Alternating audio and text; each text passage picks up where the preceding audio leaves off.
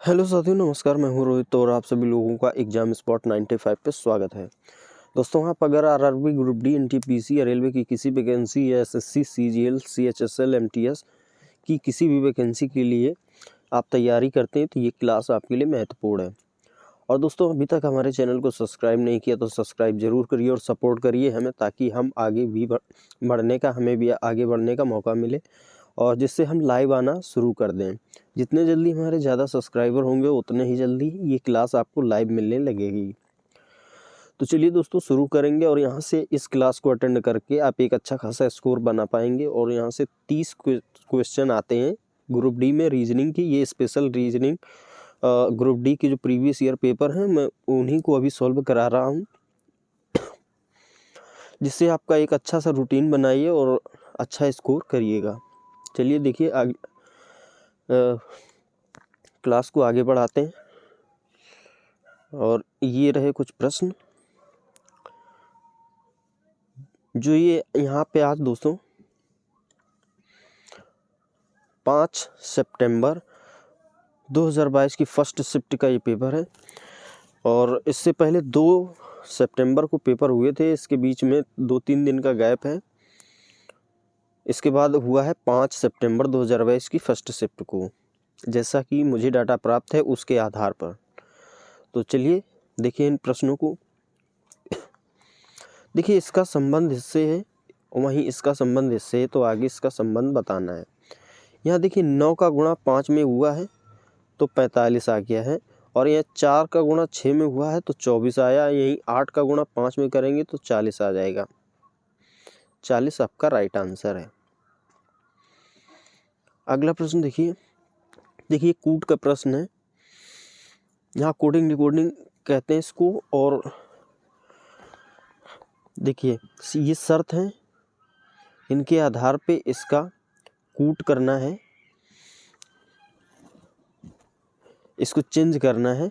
और शर्त देखते हैं क्या है। यदि कोई शब्द एक स्वर से शुरू होता है तो ये स्वर से शुरू है, ठीक है, लेकिन एक व्यंजन के साथ समाप्त होता है।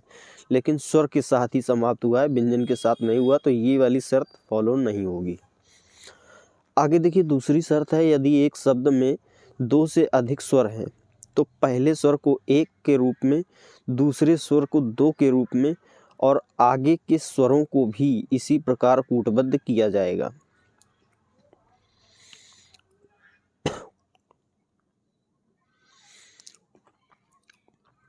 यहाँ पे देखिए पहला और आखिरी स्वर है, तो ये वाला रूल्स दूसरा नंबर फॉलो हो रहा है अभी। तीसरा देखेंगे, यदि कोई शब्द एक व्यंजन से शुरू होता है, व्यंजन से नहीं या स्वर से हुआ, ये तीसरा वाला फॉलो नहीं होगा। तो केवल 2 नंबर शर्त आपकी फॉलो होगी। इसके आधार पे इस प्रश्न का आंसर देना है। देखिए सबसे पहले, यदि एक शब्द में 2 से अधिक स्वर हैं तो पहले स्वर को 1 के रूप में और दूसरे स्वर को 2 के रूप में और आगे भी स्वरों को इसी प्रकार कूटबद्ध किया जाएगा। तो पहले देखिए एक स्वर है तो इसको हम 1 लिखेंगे। इसके बाद एल है, एल पे आया 4।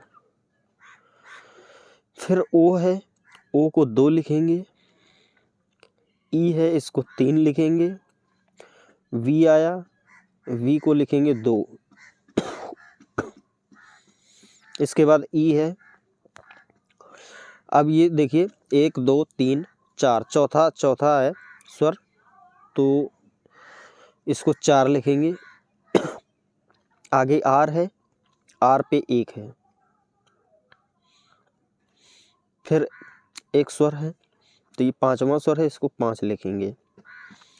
14 23 24 15, ये तो गलत है। 14 23 76 है। 14 23 24 15, ये आपका राइट आंसर होगा। अगला प्रश्न देखिए लंबी सीरीज का प्रश्न है। जब ऐसे केस में जब लंबी सीरीज आती है तो हम इनको, लंबी हो या छोटी हो, इसको डिफरेंस से करना बेटर रहता है। आप देखिए इसका डिफरेंस निकालेंगे तो 2 माइनस हुआ है। ऐसे इसका डिफरेंस निकालेंगे तो माइनस का 1.5, माइनस नहीं यहाँ पे प्लस हुआ है। यहाँ पे देखिए ये 2 प्लस, यहाँ 1.5, 2 माइनस हुआ, यहाँ 1.5 प्लस हुआ है। आगे इसमें देखिए फिर 1 माइनस हुआ है, फिर आगे 0.50 इसमें प्लस हुआ है, फिर आगे देखिए 0 माइनस हुआ है, फिर इसमें आगे देखिए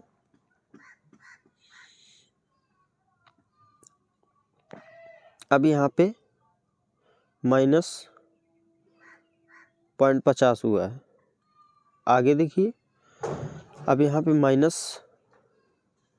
प्लस होगा, प्लस 1 हुआ है, फिर आगे ऐसे माइनस का 1.5 हुआ है। अब बढ़ते हुए क्रम में यहाँ से चलना शुरू हो गए हैं। यहाँ घटते हुए क्रम में आए थे, यहाँ बढ़ते हुए क्रम में चल रहे हैं।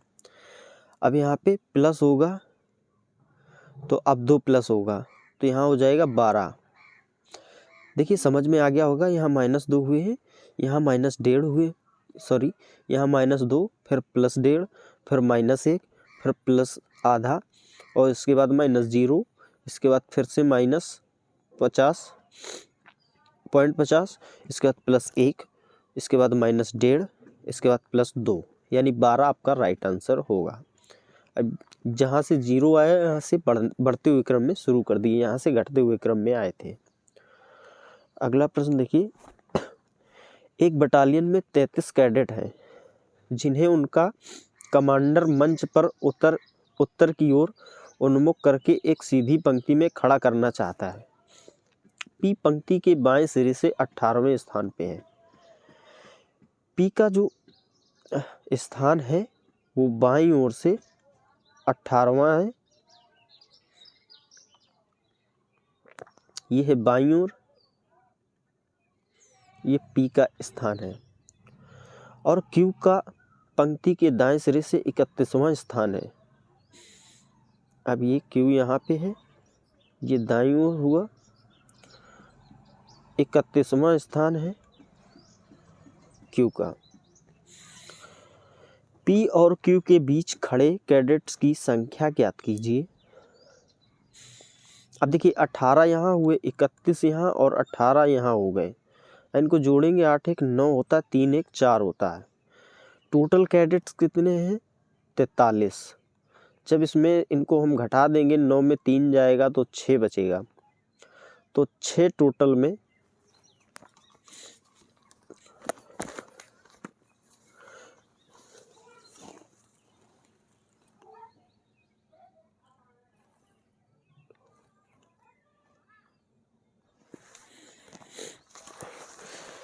जो इनके बीच में खड़े होंगे उनकी संख्या आ जाएगी 6। लेकिन इसमें ये दोनों भी शामिल हैं, इसमें ये दोनों भी शामिल हैं, इसलिए इन दोनों को हम इसमें घटा देंगे तो 4 आता है। इनके बीच की पूछी गई है, अगर ये लोग शामिल हो जाएंगे तो 6 लोग हो जाएंगे, लेकिन इनके बीच की जो पूछे गए हैं, जो इनके बीच में कितने कैंडिडेट खड़े हैं वो पूछा गया है। तो राइट आंसर आपका 2 नंबर 4 होगा। अगला प्रश्न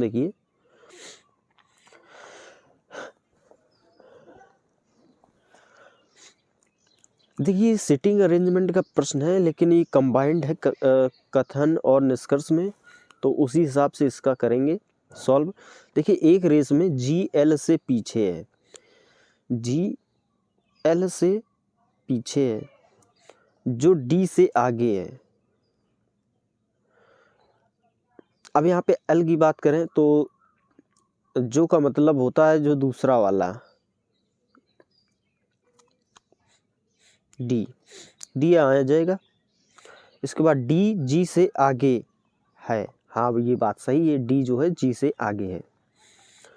जो R से आगे है,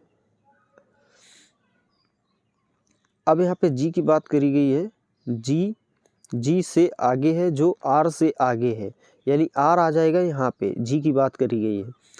एफ देखिए वी से पीछे नहीं है, यानी एफ जो होगा वी से आगे होगा जो आर से आगे है। अब वी की बात करी गई है तो जो आर से आगे है, आर से आगे होगा तो वी आ जाएगा यहाँ पे और एफ आ जाएगा यहाँ पे। अब आप निष्कर्ष देखिए, वी डी से पीछे है, वी डी से पीछे नहीं है, वी डी से आगे है। एफ आर से आगे है, एफ आर से आगे है, ये बात सही है। डी आर से आगे है, डी आर से आगे है, ये बात भी सही है। तो दूसरा और तीसरा निष्कर्ष उसका पालन करते हैं तो आंसर नंबर आपका 2 हो जाएगा।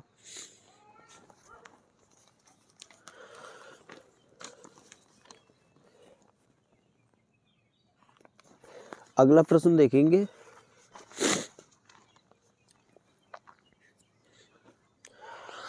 देखिए फिर से कूट का प्रश्न है। ये शर्तें दी हुई हैं, 3 शर्तें हैं, आपको इनके आधार पे इसका आंसर देना है। यदि पहला घटक एक सम संख्या है, ठीक है, और अंतिम घटक एक विषम संख्या है, जबकि अंतिम यहाँ एक प्रतीक है, पहली शर्त तो कैंसिल। यदि दूसरे और तीसरे दोनों घटक सम संख्याएं हैं, दूसरा यहाँ पर प्रतीक है, ये वाली भी कैंसिल। यदि पहला घटक एक संख्या है और अंतिम घटक एक प्रतीक है तो अंतिम घटक के कूट का उपयोग पहले घटक के लिए भी किया जाना चाहिए। चलिए ठीक है, अब देखिए 8 है यहाँ पे, 8 पे यहाँ एल है, लिख लेंगे एल। परसेंटेज है, परसेंटेज पे डी है।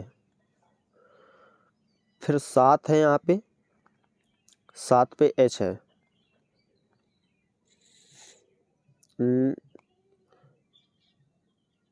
यहाँ पे देखिए डॉलर, डॉलर पे ए है,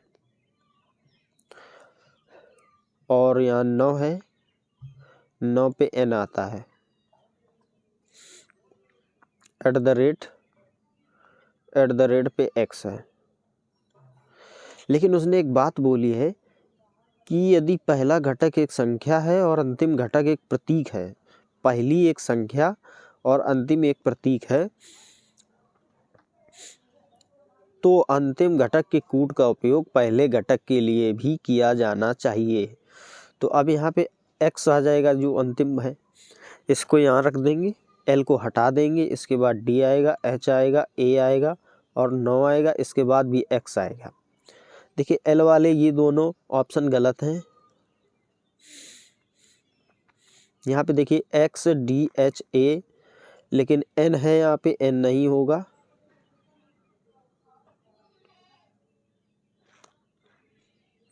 ओ सॉरी, यहाँ पे हमने 9 को 9 ही रख दिया है। 9 पे यहाँ n है, n रखेंगे। x d h a n, यहाँ पे l है, ये कैंसिल, तो आपका ये पहला वाला ऑप्शन सही हो जाएगा। जो राइट आंसर होगा वो पहला वाला आपका। 5 व्यक्ति पी क्यू आर एस और टी एक ही वर्ष के विभिन्न महीनों यानी जनवरी, फरवरी, मार्च, अप्रैल और मई में यात्रा करते हैं, ठीक है। लिख लेते हैं पहले महीनों को, जनवरी, फरवरी, मार्च,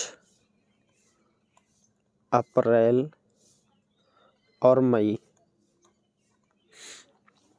क्यू फरवरी में यात्रा करता है, क्यू फरवरी में यात्रा करता है। क्यू और पी के बीच केवल एक व्यक्ति खड़ा है, क्यू और पी के बीच केवल एक व्यक्ति खड़ा है, वो भी मार्च में होगा। टी और आर के बीच केवल 3 व्यक्ति यात्रा करते हैं, टी और आर के बीच। अब टी यहाँ आ जाएगा और आर यहाँ, अभी इनकी स्थिति क्लियर नहीं, आर यहाँ भी हो सकता है, टी यहाँ भी हो सकता है। आगे देखिए, आर पी के बाद वाले महीनों में यात्रा करता है, ठीक है, आर पी के महीनों वाले में। अब इनकी स्थिति क्लियर है।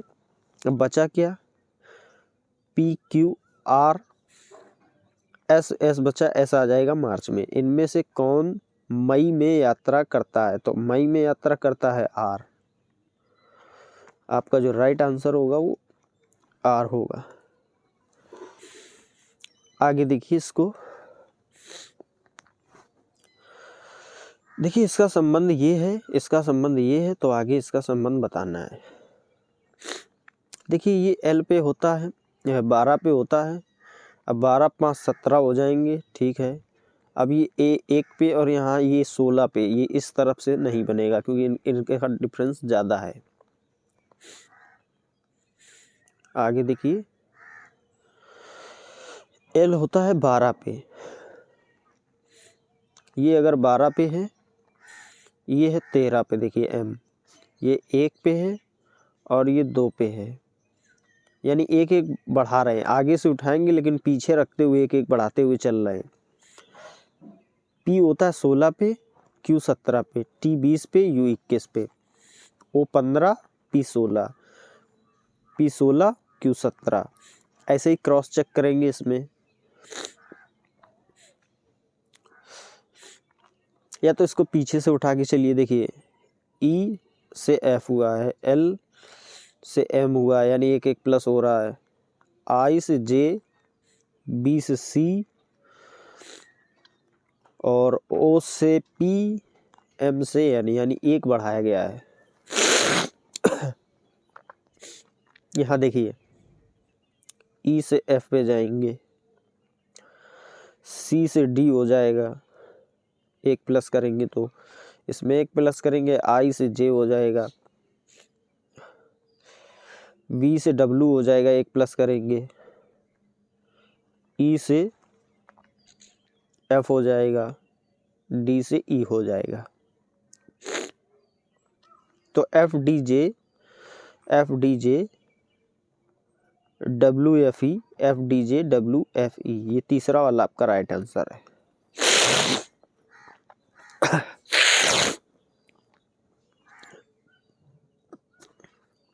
माफ़ी चाहूँगा दोस्तों, बहुत ही भयानक जुकाम है ये, अभी जुकाम है जो सुधरने का नाम ही नहीं ले रहा है।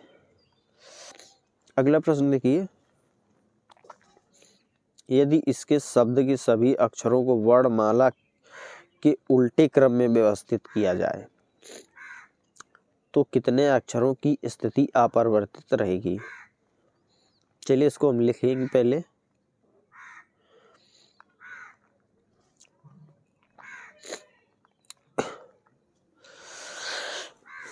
अब देखिए इसको उल्टे क्रम में लिखने का तरीका है, ए आगे है, इसको उल्टे क्रम में रखेंगे, फिर आता है बी,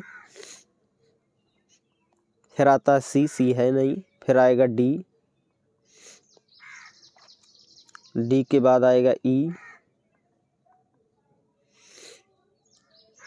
ई के बाद आता है एफ, फिर जी, फिर एच, एच आएगा,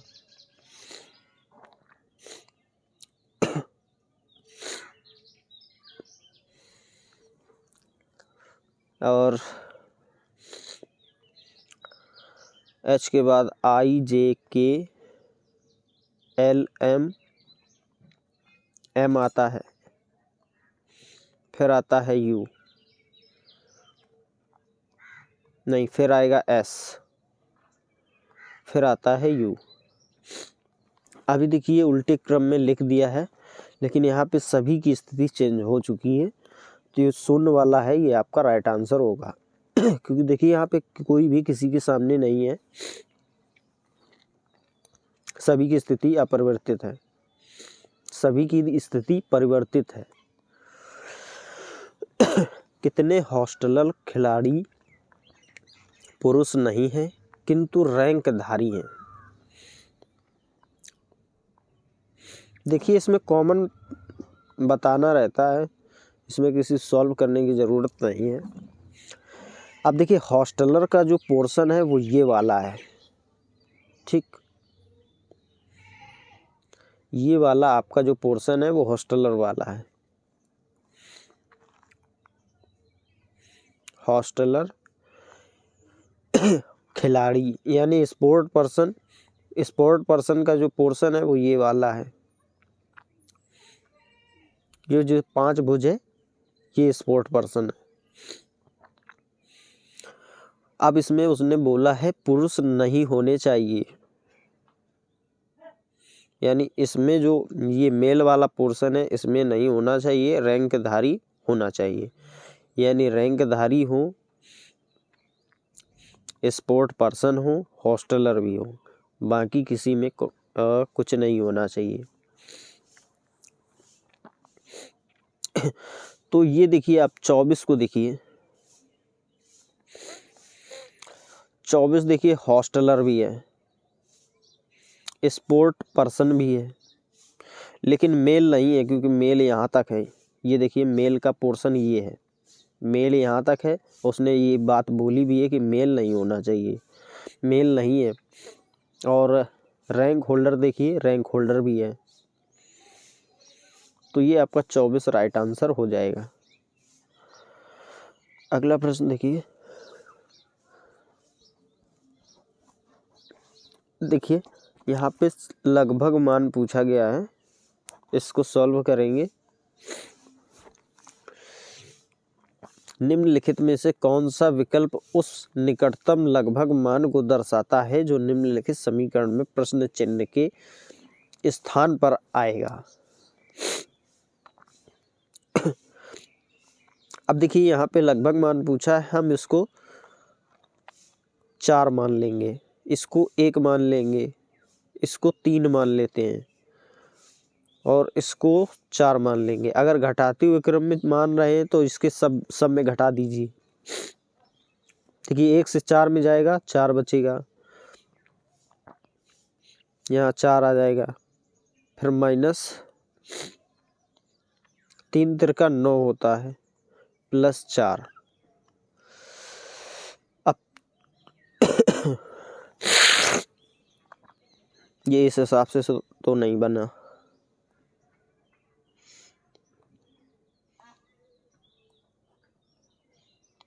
फिर से सॉल्व करेंगे इसको।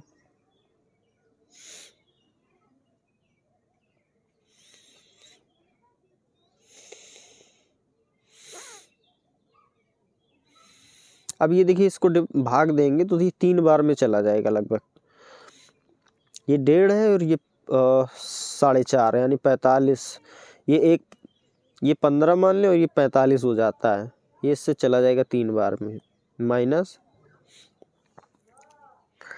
अब ये 33 से 99 यानी 1 9, इसको 10 मान लेंगे, ये 10 हो जाएगा। अब माइनस, और ये देखिए 4.5 मान लेते हैं इसको, तो 4.5 और ये 3 माइनस का 10 प्लस ये। अब देखिए 4 और 3 7, 7.5 आ गए आपके प्लस के, माइनस 10 करेंगे तो यहाँ 10 इसमें जब घटा देंगे तो माइनस का बचेगा 2 5। ये आपका लगभग मान राइट वाला है, आपका राइट आंसर 1 नंबर। अगला प्रश्न देखिए, उपरोक्त श्रृंखला में ऐसी कितनी संख्याएं हैं जिनकी ठीक पहले एक अक्षर और ठीक बाद एक संख्या भी है। ऐसी कितनी संख्याएं हैं, संख्या की बात करिए, ये संख्या लीजिए, इसके पहले एक अक्षर है, बाद में एक संख्या है। और आगे देखिए, एक ये देखिए आगे अक्षर और बाद में एक संख्या भी है। 2 ऐसी संख्याएं हैं टोटल में जिनके पहले अक्षर और बाद में संख्या है। ये आपका राइट आंसर होगा। अगला प्रश्न देखिए, वामसी के पिता की आयु 60 वर्ष है। ये मान लेते हैं वामसी है और ये है पिता। अब उनकी आयु वामसी की आयु के 2 गुने से 20 वर्ष अधिक है। वामसी की हम x मान लेते हैं तो पिता हो जाएंगे 2x प्लस 20। वामसी की आयु ज्ञात कीजिए। देखिए पिताजी हैं 60 वर्ष के। अब इसको सॉल्व करेंगे, जब पिता की 2x प्लस 20 है तो ये 20 इस ओर ले जाएंगे तो ये हो जाएगा 2x। अब ये हो गया माइनस, इसमें तो बचा 40, x की वैल्यू आ गई 20। उसने पूछा भी है ये x की इसको वामसी को हमने x माना था, इसकी 20 निकल के आ गई। राइट आंसर आपका 20 हो जाएगा। वामसी की आयु 20 वर्ष है। अगला प्रश्न देखिए, यदि माइनस का अर्थ भाग है, प्लस का अर्थ गुणा है और भाग का अर्थ माइनस है, गुणा का अर्थ प्लस है। देखिए पहला ऑप्शन 20 माइनस का अर्थ भाग है, ठीक। प्लस प्लस का अर्थ गुणा है, गुणा का अर्थ प्लस है और प्लस का अर्थ गुणा है।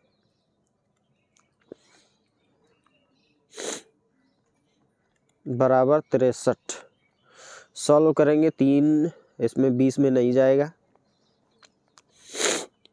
ये ऑप्शन आपका गलत होगा, क्योंकि यहाँ से देखिए 3 20 से डिवाइड, 20 को डिवाइड करेंगे 3 से, नहीं डिवाइड होगा।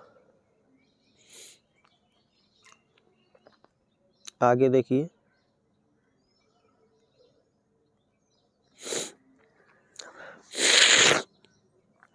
दूसरा ऑप्शन लेते हैं।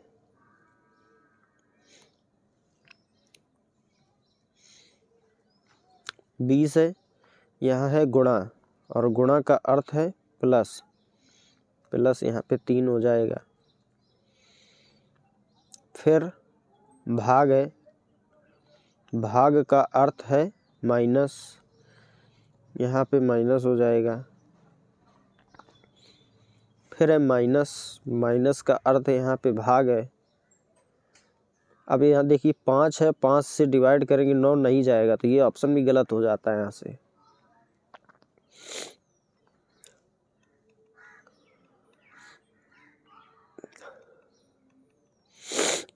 आगे देखिए,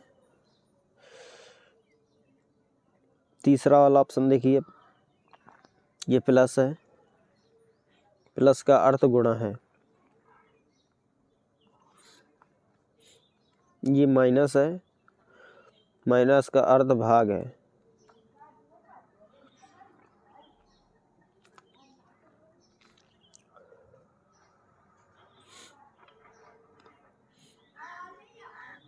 आगे इसमें देखिए, ये भाग है,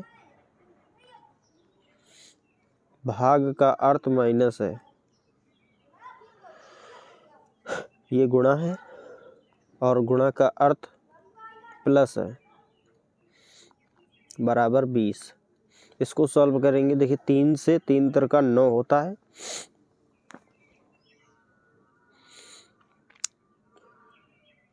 अब ये हो जाएगा 20/3।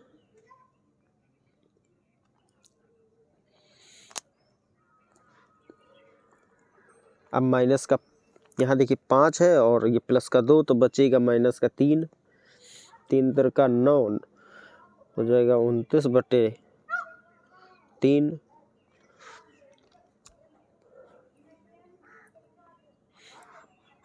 तो ये वाला भी ऑप्शन नहीं बन रहा है।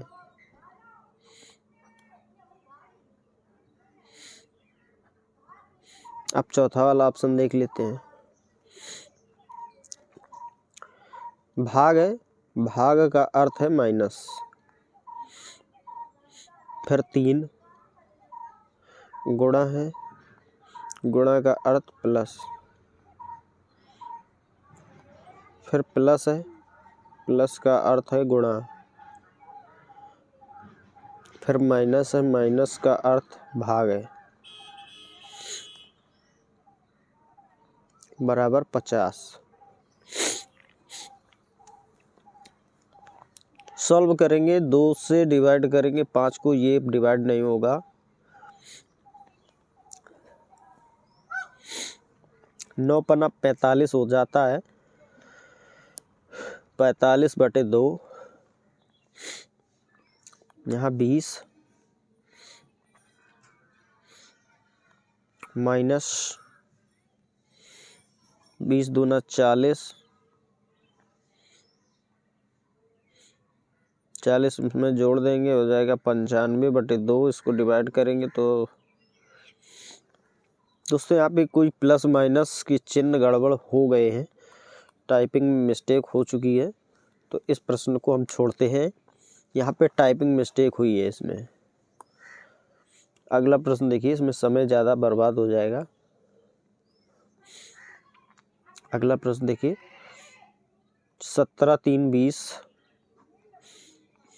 20×3 = 23, 23×3 = 26 और 26×3 = 29 होता है। यहाँ पे 27 है, ये दोनों में 29 है। देखिए K से 20, 11 में 9 जोड़े 20 आया। 20 में 6 3 9 जोड़े तो C आया। C में 9 जोड़ेंगे, 3 9 12, 12 पे L में 9 जोड़ेंगे 12 और 9 21, 21 पे होता है U। यहाँ पे N है, यहाँ U है। ये आपका राइट आंसर है। अगला प्रश्न देखिए, सभी गौरैया पक्षी हैं। ये हो गए गौरैया, ये हैं पक्षी।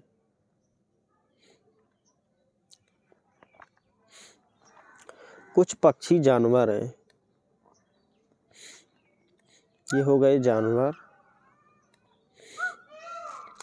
सभी कुत्ते जानवर हैं, ये हो गए कुत्ते।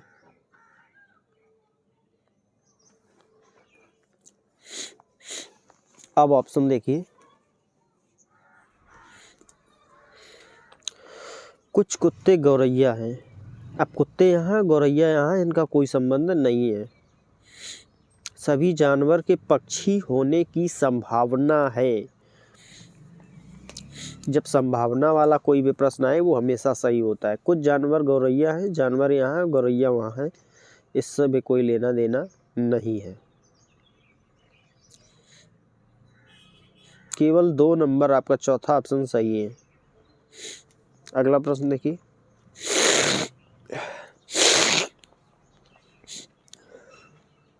यदि इस शब्द के सभी अक्षरों को वर्णानुक्रम में व्यवस्थित किया जाए,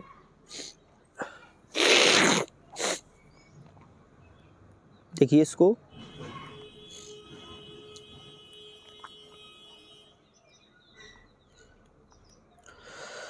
इसको वर्णानुक्रम में व्यवस्थित किया जाए तो कितने अक्षरों की स्थिति अपरिवर्तित रहेगी। देखिए सबसे पहले ए आता है,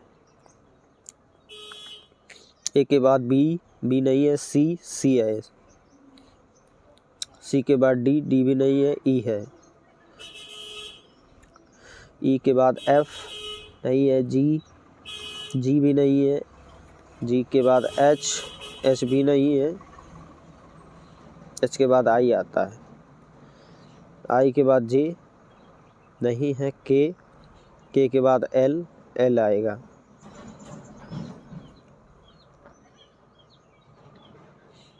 माफ़ कीजिएगा दोस्तों, यहाँ पे डी है। इसको फिर से देखिए, सबसे पहले ए आएगा, इसके बाद ये है, देखिए डी आ जाएगा, फिर आएगा सी, इसके बाद ई, इसके बाद आई आएगा, आई जे के एल, इसके बाद एल आएगा, एल के बाद एल के बाद आता है L M N O P आएगा, पी के बाद क्यू आर एस टी आएगा, बचा यू, इस यू यहाँ जाएगा। देखिए एक तो यहाँ पे टी और यहाँ पे आई, ये 2 लोगों की स्थिति अपरिवर्तित है, बाकी सभी की परिवर्तित है, तो ऑप्शन नंबर 2 वाला आपका सही हो जाएगा। अगला प्रश्न देखिए, उपरोक्त श्रृंखला में ऐसे कितने 4 हैं जिनके ठीक बाद एक प्रतीक है। देखिए यहाँ पे एक प्रतीक है, यहाँ भी एक प्रतीक है, यहाँ भी एक प्रतीक है, यहाँ भी एक प्रतीक है, यहाँ भी एक प्रतीक है, तो टोटल में 5 ऐसे 4 हैं जिनके बाद एक प्रतीक है। ये देखिए कथन है, इनके आधार पे आपको दी गई जानकारी का निष्कर्ष जो भी निकलता हो, वो 2 निष्कर्ष दिए हैं, आपको बताना कौन सा निष्कर्ष इसमें निकल रहा है। देश एफ में मंदी आने के बाद कई छोटी कंपनियों ने उन सभी कर्मचारियों की छटनी करने का फैसला किया है जो 6 महीने की परिवीक्षा अवधि पर थे। इसके फलस्वरूप कंपनी एम से 48% से कुछ अधिक कर्मचारी निकाल दिए गए।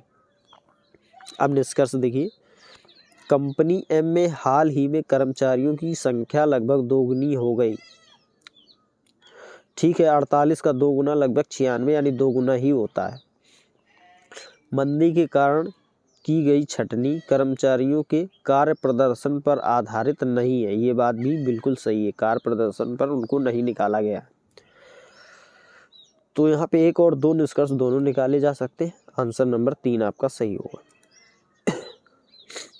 आगे देखिए, TUVWXYZA एक सीधी पंक्ति में उत्तर की ओर मुख करके बैठे हैं।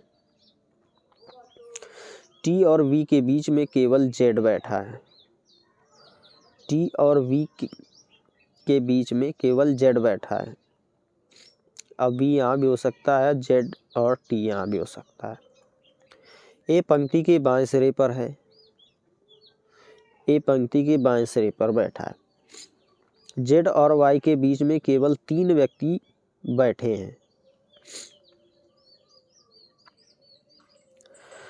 Z और Y के बीच 3 व्यक्ति बैठे हैं, लेकिन कहाँ बैठे हैं ये पता नहीं।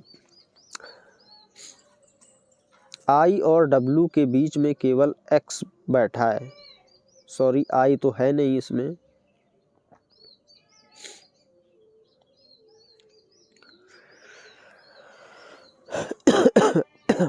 अब एक अक्षर यहाँ से मिसप्रिंट है।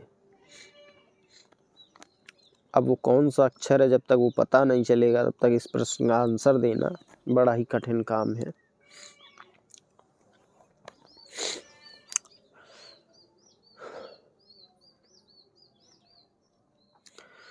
TU के दाईं ओर ठीक बगल में बैठा है।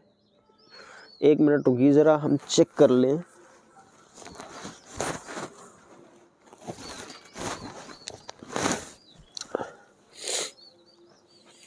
थोड़ा वेट करिएगा।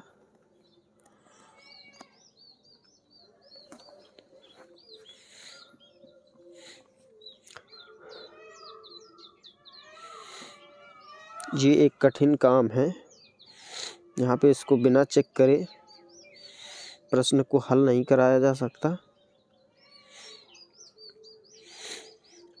अगर एक भी वर्ड मिसमैच हो जाता है तो प्रश्न का पूरा खेल बिगड़ जाता है।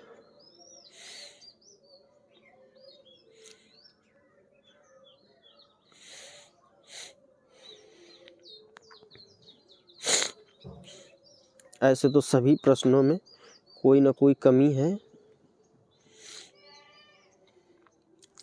अब सभी को नहीं कराने का मतलब कोई बनता नहीं। प्रश्न तो सभी हल होने ही चाहिए।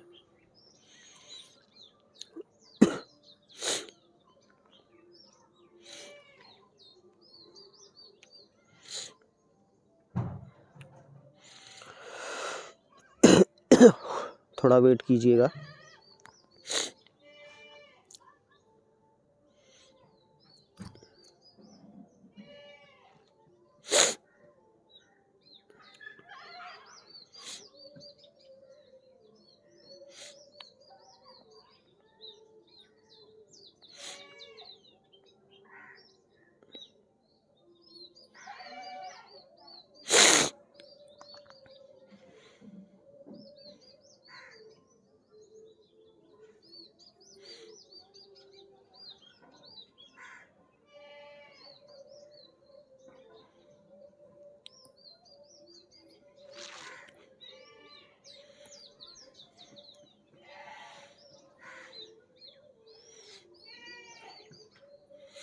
माफ़ी चाहूँगा दोस्तों, थोड़ा खोजने में समय लग रहा है।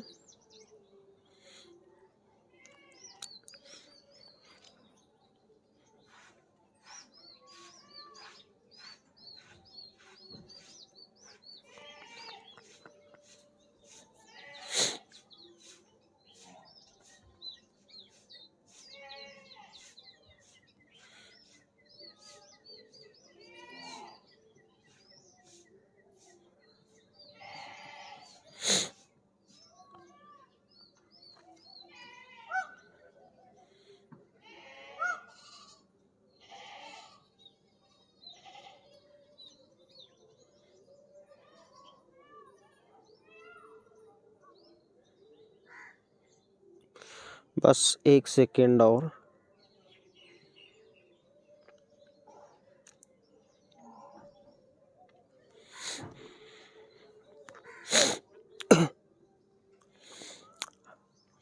यहाँ पे प्रश्न में v है दोस्तों, इस जगह पे v है। इसमें बोला गया v और w के बीच में केवल x बैठा है। v और w के बीच में केवल x बैठा है। अब w को यहाँ रख लेते हैं तो x यहाँ पे आ जाएगा। x अगर यहाँ रखेंगे तो w यहाँ हो जाएगा। t जो है u के दाईं ओर ठीक बगल में बैठा है। t u के दाईं ओर ठीक बगल में, यानी ये वाली कंडीशन नहीं बनेगी। अब ये वाली कंडीशन बनेगी।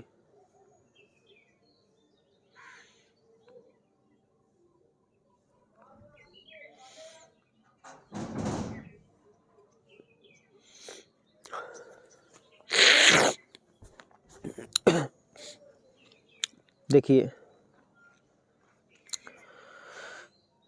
Z और Y के बीच में 3 व्यक्ति बैठे हैं।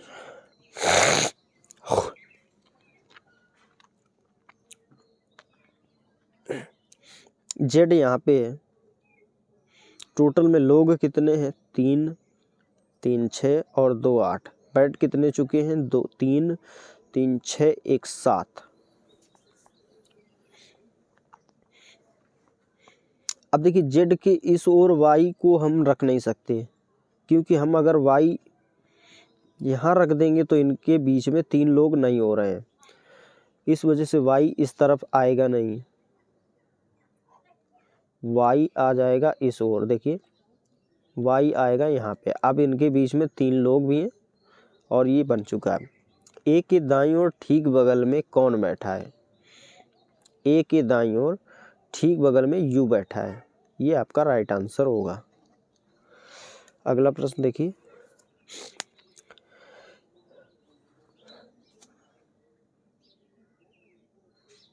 यहाँ भी देखिए इसमें बहुत ही भारी मिसप्रिंट है। यदि L को निरूपित करता है, M इसको निरूपित करता है,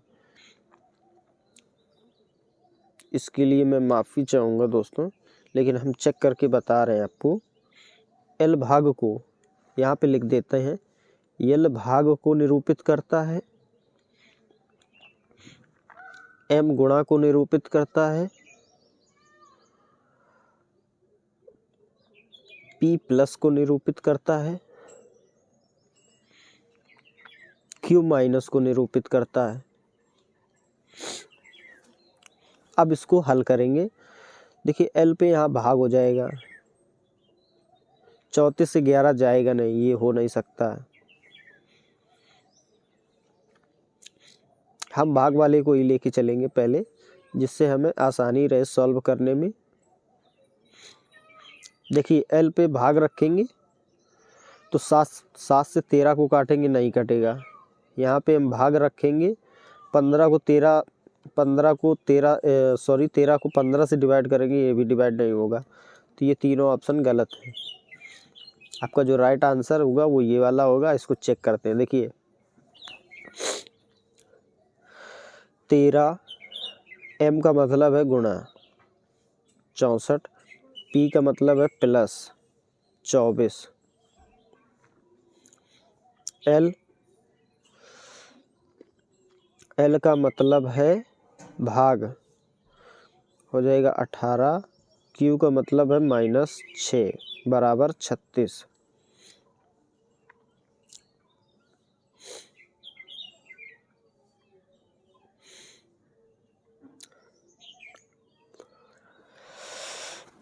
इसको डिवाइड करेंगे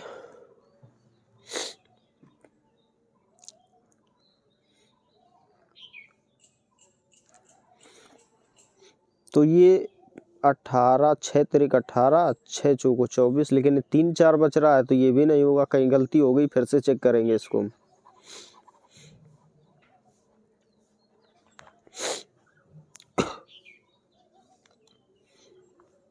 पहला ऑप्शन लीजिए, पूरा सॉल्व करके देखते हैं। L को डिवाइड करेंगे 34। इसके बाद m है गुणा 17,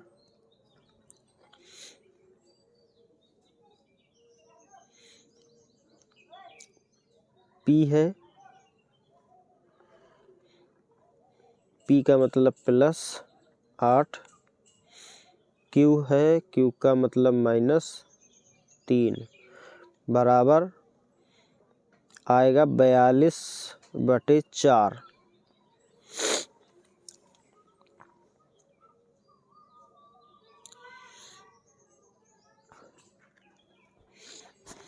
अभी देखिए 34 तो जाएगा नहीं यहाँ से, इसको रखेंगे 11/34 गुणा 17 + 8 - 3।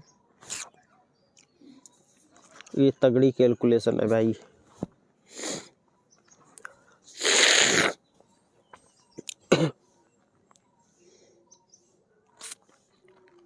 है, इसको सॉल्व कैसे करेंगे?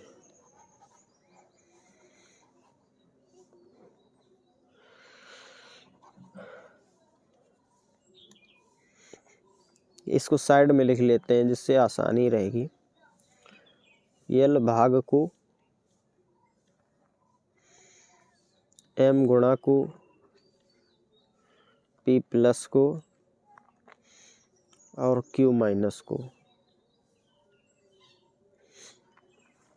देखिए इसको 11/34 कर देते हैं, फिर ये हो जाएगा गुणा में 17।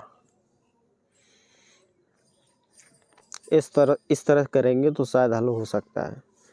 इसके बाद p है +8, 8 के बाद q है -3, बराबर 42/4। हल करेंगे इसको। 17 दूनी 34, यहाँ हो जाएगा 11/2 +8 - 3। ये तो आप ऐसा करिए, ये 8 है और ये 3 है, इसको घटा देंगे तो यहाँ बच जाएगा 5, तो जाएगा 11/2 + 5। यहाँ इसको जोड़ेंगे जब 2 एकम 2,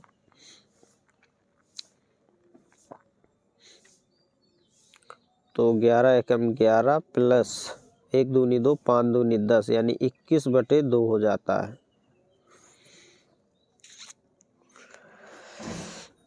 21/2 ही आंसर आएगा। यहाँ पे 42/4 भी सही ही लिखा गया है। इसको देखिए जब काटेंगे तो यहाँ 2 से काटिए तो ये हो जाता है 21 और ये हो जाता है 2, यानी थोड़ी मेंटालिटी चेक करा रहा है प्रश्न। आंसर यही सही है, ये ऑप्शन आपका 1 वाला सही है। अगला प्रश्न देखिए, 6 बच्चों FGHIJ और K का बुद्धिमत्ता परीक्षण किया गया और उस परीक्षण में उनके प्रदर्शन के आधार पर उन्हें अंक दिए गए। प्रत्येक बच्चे ने अलग अलग अंक प्राप्त किए। H ने J से अधिक अंक प्राप्त किए। H ने G और K से कम अंक प्राप्त किए, जो G और K से कम अंक प्राप्त किए। J ने I से कम अंक प्राप्त किए। इधर लिखते हैं इसको। J ने, आप देखिए आगे, H ने J से अधिक अंक प्राप्त किए, ठीक है। H ने G और K से कम अंक प्राप्त किए, ठीक। J ने I से कम अंक प्राप्त किए, तो I कहीं भी हो सकता है, यहाँ भी हो सकता है, चलिए यहीं रख लेते हैं अभी।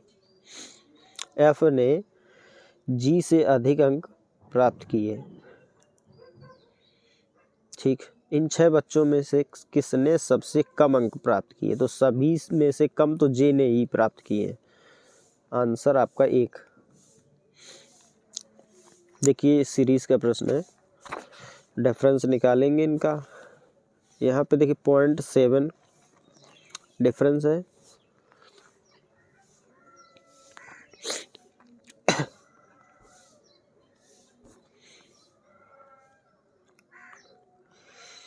0.7, इसका डिफरेंस देखिए 0.7 प्लस हुआ है, यहाँ भी 0.7 प्लस हुआ है,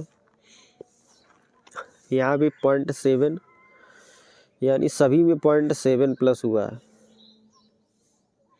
इसमें भी 0.7, यहाँ भी 0.7 प्लस करेंगे तो 7 5 12 यानी 72, 7.2 आंसर आएगा। ये राइट आंसर है। अगला प्रश्न देखिए, 7 व्यक्ति A B C D E F और जी एक सीधी पंक्ति में उत्तर की ओर मुख करके बैठे हैं। ए और डी के बीच केवल 3 व्यक्ति बैठे हैं।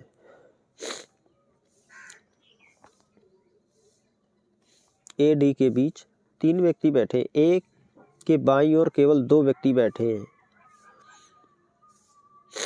अभी देखिए 2 2 4 2 6 एक साथ हो गए। जी डी के ठीक बगल में नहीं बैठा है, जी डी के ठीक बगल में नहीं बैठेगा। जी ई के दाईं ओर दूसरे स्थान पर है, ई के दाईं ओर दूसरे स्थान पर जी है।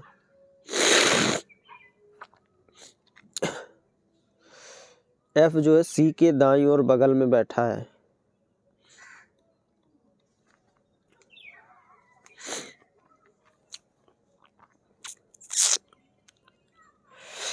ई देखिए, अब ई को अगर यहाँ रखेंगे, ई को यहाँ रख लेते हैं तो जी यहाँ आ जाएगा, क्योंकि जी डी के बगल में नहीं बैठा। अगर ई को यहाँ रखेंगे तो जी यहाँ बैठेगा, इसलिए ये यहाँ पे नहीं होगा। ये हो गया। अब देखिए एफ सी के बगल में बैठा है, बचा यही 2 लोग हैं साथ। अब देखिए ए हो गया, बी बचा, बी आ गया यहाँ पे। पंक्ति के बाएं सिरे पर कौन बैठा है? पंक्ति के बाएं सिरे पर बी बैठा है।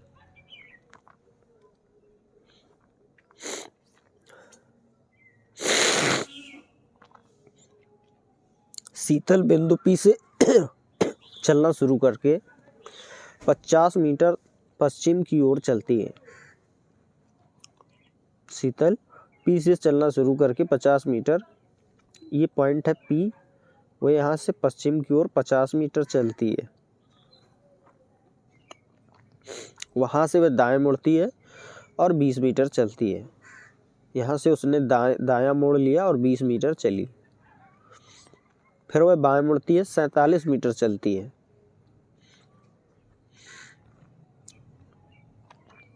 वह पुनः बाएं मुड़ती है और 75 मीटर चलती है। अब वो 75 मीटर चली। फिर वह बाएं मुड़ती है, 47 मीटर चलती है। बाएं मुड़ेगी, 47 मीटर चलेगी। वह पुनः बाएं मुड़ती है, 20 मीटर चलती है।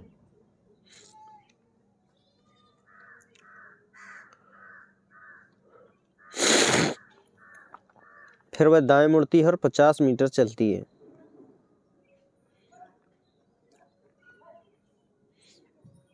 अंततः वह बाएं मुड़ती है और 10 मीटर चलती है। बिंदु क्यू पर पहुंचती है। ये बिंदु क्यू है, ठीक है। बिंदु पी बिंदु क्यू से कितनी दूर और किस दिशा में? बिंदु पी बिंदु क्यू से कितनी दूर, किस दिशा में? क्यू से पी के क्यू के सापेक्ष पी की दिशा पूछी तो पी हो जाएगा उत्तर में, दिशा हो गई उत्तर में। ये दक्षिण का ऑप्शन गलत है, तीनों उत्तर के हैं। आगे देखिए,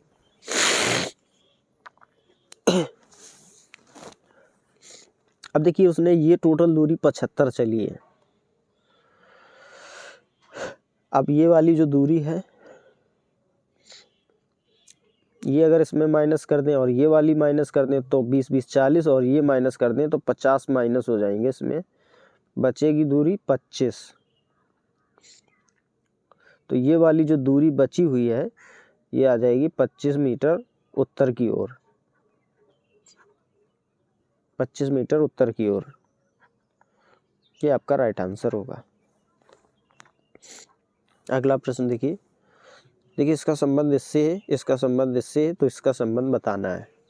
अब देखिए 22 है, यहाँ पे 22 दूनी 44 होते हैं, यानी लगभग 20 में गुणा। इसमें 2 माइनस कर दीजिए, 22 गुणा 20 करिए 240, 40 होता है। ऐसे इसमें आप 2 माइनस करिए तो आ जाएगा 12। तो 14 गुणा 12 करेंगे, 12 चौक 48, 12 एकम 12, 4 16 होते हैं, 168 आ जाता है। इसमें भी 2 माइनस करेंगे तो 19 में 2 माइनस करेंगे 17, 17 9 153 होता है, हासिल 15, 17 एकम 17 और 15 7 5 12 22 10 32, 323 आपका राइट आंसर हो जाएगा।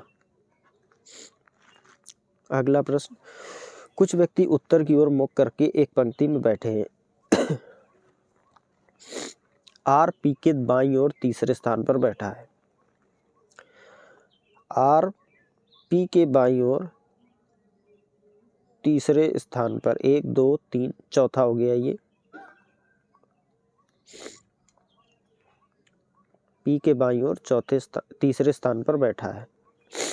क्यू पी के दाईं ओर चौथे स्थान पर है।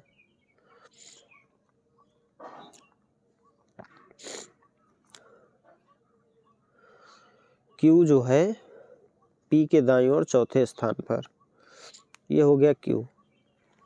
क्यू और टी के बीच केवल 2 व्यक्ति बैठे हैं।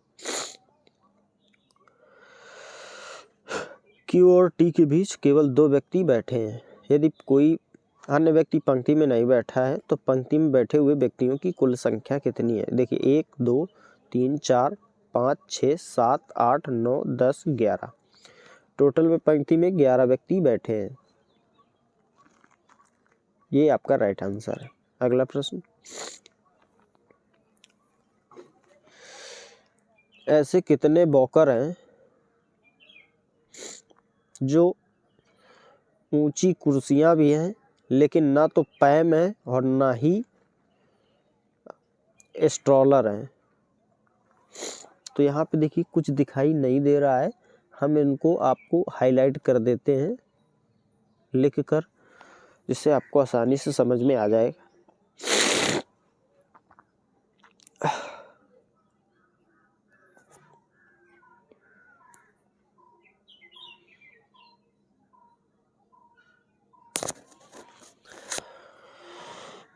देखिए प्रश्न ऐसा है,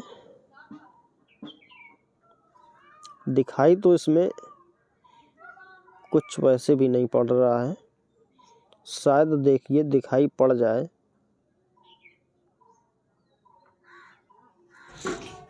देखिए यहाँ पे जो ऐसा मैं देख पा रहा हूँ, यहाँ पे लगभग 7 है, यहाँ पे है 3, यहाँ पे है 4, यहाँ पे है 1, यहाँ पे है 6, अब यहाँ पे है 9, यहाँ है 5,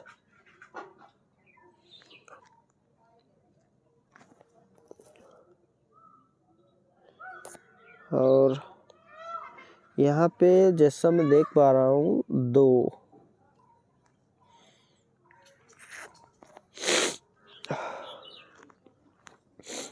ऐसे कितने वॉकर,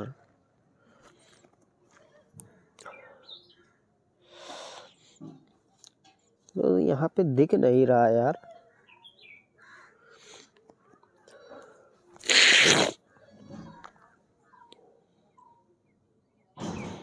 इसको हम वॉकर मान लेते हैं।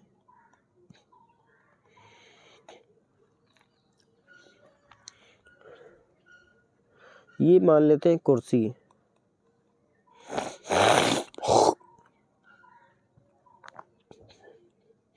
ये मान लेते हैं पैम। ये है स्ट्रोलर। चलिए अब देख लेते हैं, शायद ये प्रश्न बन जाए। ऐसे कितने वॉकर यानी ये वाली बात करिए इसकी, जो ऊंची कुर्सियां हैं, ऊंची कुर्सियां भी हैं, ठीक है, लेकिन ना तो पैम है, पैम नहीं होना चाहिए, और ना ही स्ट्रोलर होने चाहिए।